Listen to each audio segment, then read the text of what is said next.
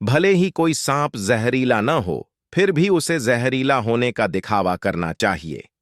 यह शक्ति और प्रतिरोध को प्रदर्शित करने के महत्व को रेखांकित करता है, भले ही किसी के पास अंतर्निहित शक्ति या लाभ न हो। यह विचार बताता है कि किसी की वास्तविक क्षमताओं की परवाह किए बिना सामर्थ्य तथा लचीलेपन की छवि विकसित करना फायदेमंद हो सकता है। यह आत्मविश्वास प्रदर्शित करने और संभावित विरोधियों या खतरों को दूर करने हेतु ताकत की छाप बनाने के लिए एक अनुस्मारक के रूप में कार्य करता है। मनुष्य जन्म से नहीं कर्म से महान होता है। यह इस बात पर जोर देता है कि सच्ची महानता केवल स्थिति या विशेषाधिकार प्राप्त करने के बजाय किसी के कार्यों, उपलब्धियों और चरित्र के माध्यम से अर्जित की जाती है।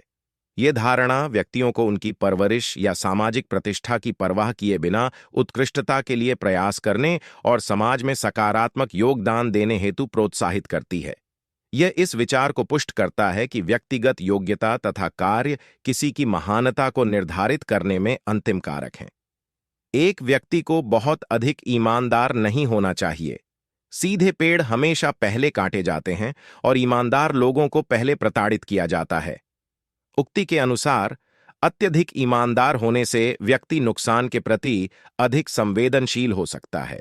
यह ईमानदार लोगों की तुलना सीधे पेड़ों से करता है, जिन्हें अक्सर सबसे पहले निशाना बनाया जाता है या नुकसान पहुंचाया जाता है।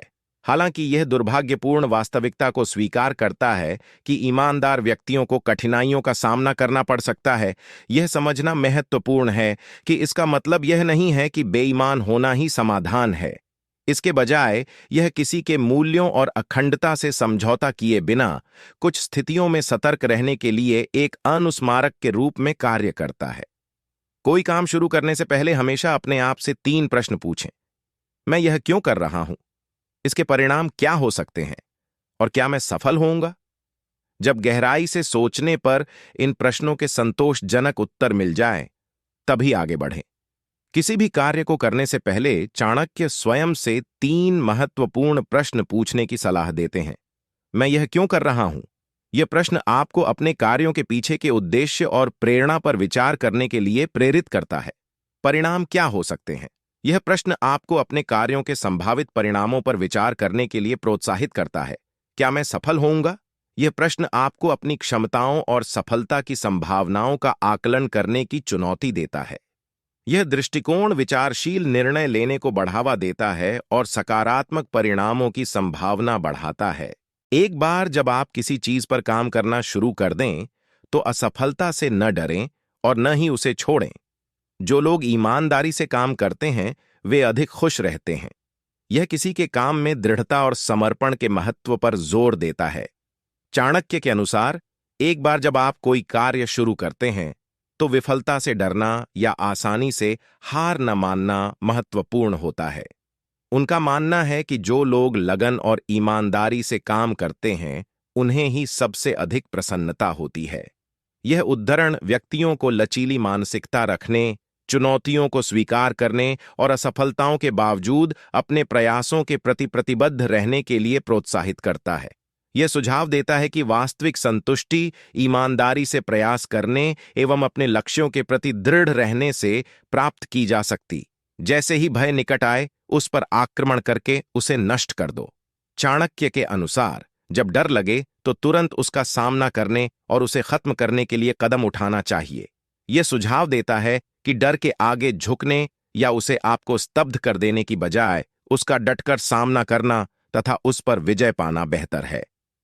ये उद्धरण व्यक्तियों को अपने डर से निपटने, चुनौतियों का सामना करने में साहस और दृढ़ संकल्प का प्रदर्शन करने हेतु सक्रिय होने के लिए प्रोत्साहित करता है। त्वरित एवं निर्णायक कार्रवाई करके व्यक्ति डर पर विजय प्राप्त कर सकता है तथा व्यक्तिगत विकास व सफलता प्राप्त कर सकता है। दूसरों की गलतियों से सीखें। आप उन सभी गलतियों को स्वयं करने के लिए पर्याप्त समय तक जीवित नहीं रह सकते हैं। चाणक्य का सुझाव है कि हर गलती खुद करने के लिए लंबे समय तक जीवित रहना असंभव है।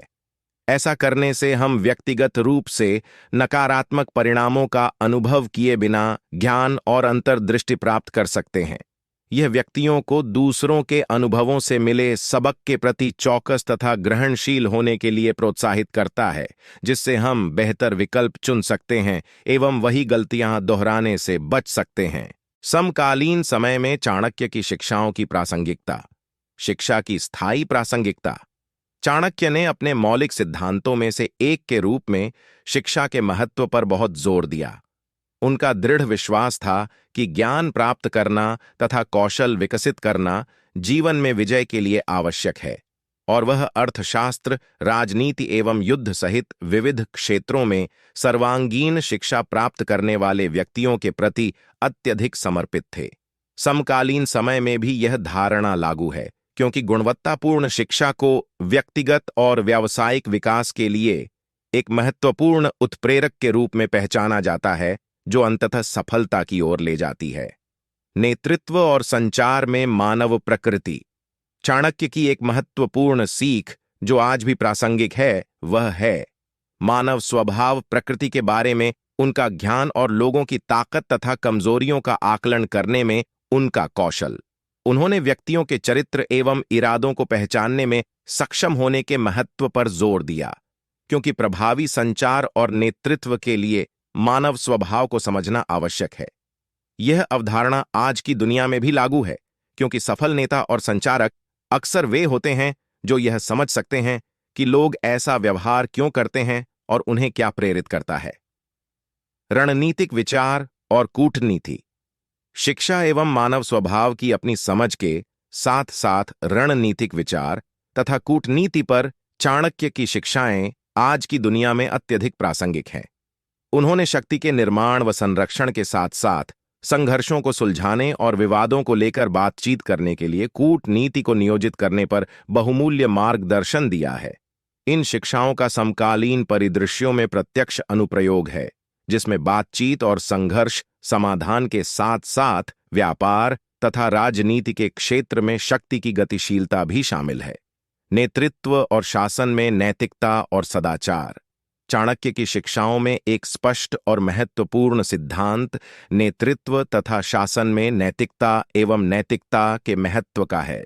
उनके अनुसार एक नेता को लोगों का समर्थन व विश्वास बनाए रखने के लिए नैतिकता और नैतिक मूल्यों को कायम रखना चाहिए। वर्तमान युग में यह सिद्धांत सरकार और कॉरपोरेट संदर्भों के नेतृत्व में लागू होता है, जहां नैतिक तथा जिम्मेदार नेतृत्व हितधारकों के साथ विश्वास एवं विश्वसनीयता स्थापित करने में महत्वपूर्ण भूमिका निभाता है। वित्तीय स्थिरता और धन प्रबंधन की भूमिका।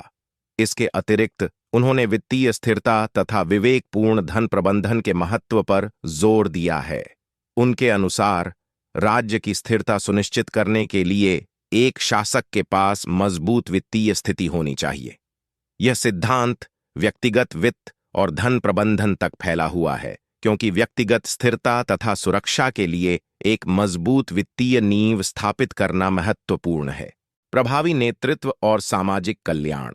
सुशासन और आर्थिक प्रगति तथा सामाजिक न्याय के बीच संतुलन बनाने के बारे में उनकी अवधारणाएं वर्तमान युग में भी प्रासंगिक बनी हुई हैं।